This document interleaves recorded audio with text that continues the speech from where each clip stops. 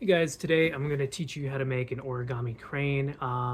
This is actually a public video. I have many private and unlisted tutorials on my channel based off of the book Genuine Origami by Jun Maekawa.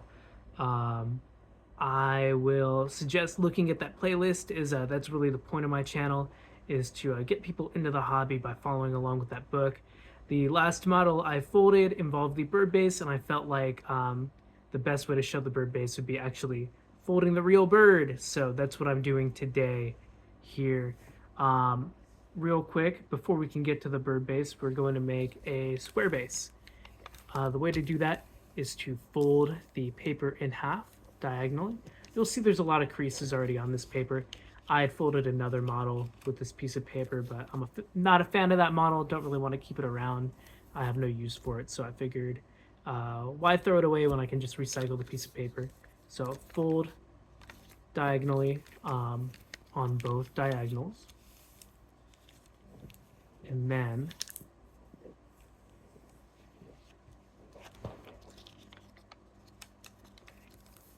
fold a mountain fold. So fold behind you horizontally in half. So maybe turn it over and then fold it in half. You want to do that both horizontally and vertically.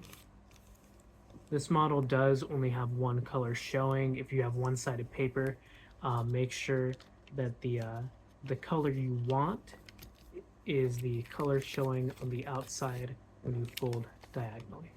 So after you've made those pre-creases, fold diagonally again, and then fold in half, but with your finger inside the paper to keep this flap open, and then fold on this other diagonal crease you've made.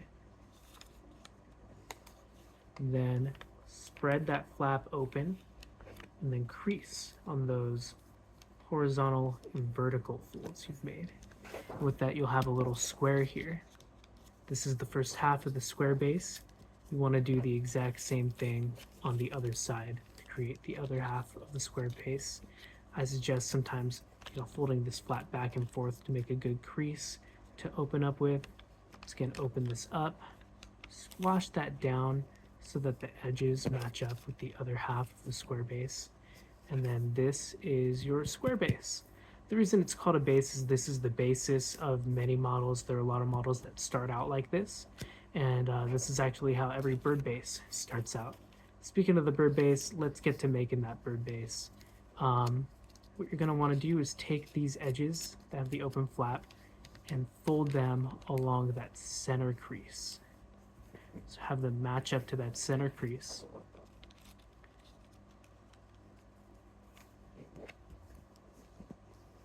Make nice sharp folds. I suggest running your nail along that crease. And then do the same thing on the other side. See, my paper doesn't want to obey me all that much here. I had some issues with the last model a little bit. That's okay. It's okay for your paper to not look perfect. It's even okay for your model to not look perfect. In finishing a model, you'll know what all the steps are. You'll know what it looks like, and your next version of the model will be all the more better for it. You can also always tighten up these folds to get less of that white showing. Now, fold this top part along the edges of these little flaps you folded up. You want to do that on both sides too. What this is called is pre-creasing. It's basically creasing to create guide points or just weak points in the paper that you'll take advantage of for more complicated folds, much as this next fold, the petal fold. So open up what you've just done, and then open up this flap. And fold up on that crease you just made with the top.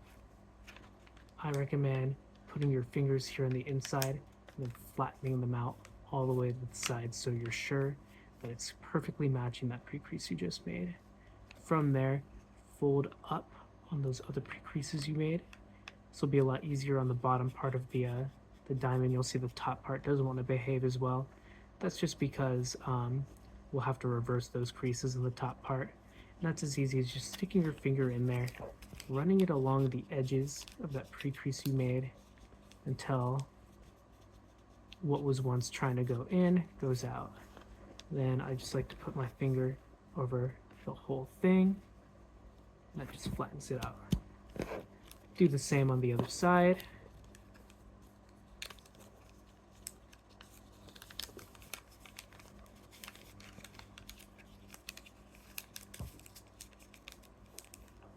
Cool. This is the bird base. It's because you can make both the crane and the flapping bird. In this video, my plan is to show you both the crane and the flapping bird. If you wanted to make the flapping bird, which some might find more fun as it's an action model where the crane isn't, all we have to do is do 2 inside reverse folds. What an inside reverse fold is, whenever you have a little flap or point in the model that has an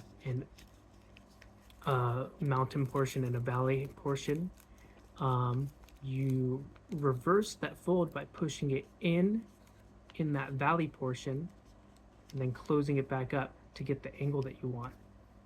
And if you don't know what angle you want, and you want to test different angles before you actually make the inside reverse, what you can do is you can pre-crease just by doing it without making the actual inside reverse. I like my flapping bird to have a more up-pointed head, so I like this angle. I'm going to crease it like that, and now when I open to inside reverse, you can see that guideline I made for myself. So I know just to fold along these creases as I inside reverse and close it up to get that exact same angle I wanted. Now we're almost done with the bird. Next we just inside reverse again to make the head. Once again, you can shape the head with a quick little valley. Yeah, I like that head. I think that's fine. Then you open up to make the inside reverse, fold along that crease you've just made,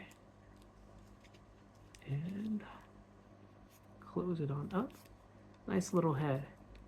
And fold the wings at the angle you want them to flap at. I like this angle for my wings. Turn over, fold at that same angle, then fold them back up. And just like that, you've made your own flapping bird. All you have to do is pull the tail. Ooh.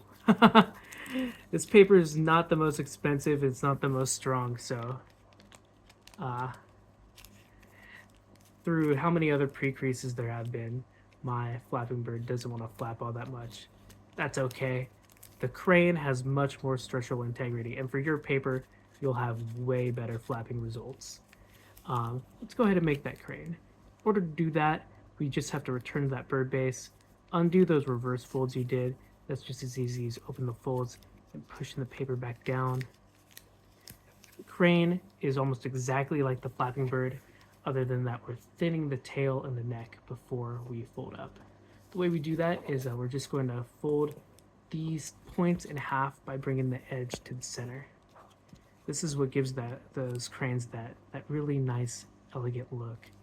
In order to get a really sharp tip, what I like to do is make sure I'm lining up the center and then just moving my finger up as I pull this finger down.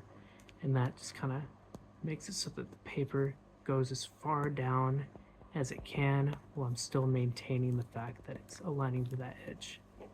And I hope you're understanding what I'm talking about when I say that. It's something that I just kind of picked up on after years of folding, and it's just kind of how I do it now. No one ever told me how to do that, but I think it's a good technique.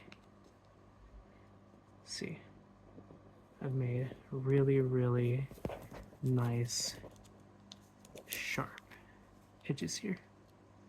Nice sharp tips. Now on the other side we do the same, and you really want to make as clean and sharp points as you can. It doesn't have to be perfect, but that's probably one of the biggest places you see mistakes in cranes, is in the cleanliness and the sharpness of the tip. See, mine ended up being a little more stubby than we like to see. But once again, this paper has been folded so many different times already that and it's not a very nice paper either. It's a little wore out. It's okay though. You'll get the idea. Now that we've made these sharper edges, much like the flapping bird, we're going to inside reverse the head and the tail, making my pre-creases for that inside reverse. I usually like a little more vertical tail than a head. That's just me. This angle is also very fun, but I'm gonna go with these angles right here. So let me make my 2 inside reverse folds on those angles. You'll see that I've got overlap here, and that's gonna make it harder to close this up in a nice sharp way. One way I like to cheat about that is by turning that into the head. So it doesn't have to close, and that overlap can be fine and being pushed out. Doesn't make for as sharp of a head. That's okay. We're not trying to impress anybody, we're just trying to make ourselves happy. Let's go ahead and fold our tail up.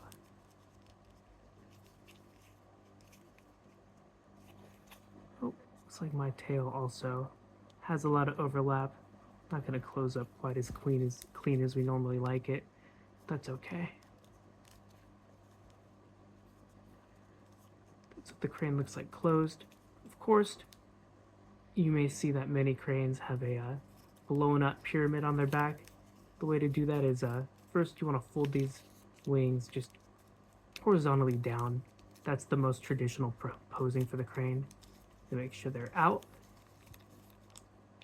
Give the center a little pull. And my neck is off. Like I said, this paper's been beat up. I'm not gonna fold a third model out of this paper. I'm gonna leave it as a crane. This is its forever home as a crane. Now we've got not the prettiest crane you've ever seen, but absolutely a functional crane. I recommend folding many of these. You get a wish if you fold 1,000 in 1 month. Very fun, little pastime. Everyone knows what it is when they see it. And that is the crane, and I like to push my center in sometimes. Many modifications have been made off this, including some really fun ones like the crane humanoid, which if I had with me right now, it's in the other room, I would show you. That's my crane tutorial. I hope it wasn't too annoying to follow. Thank you so much.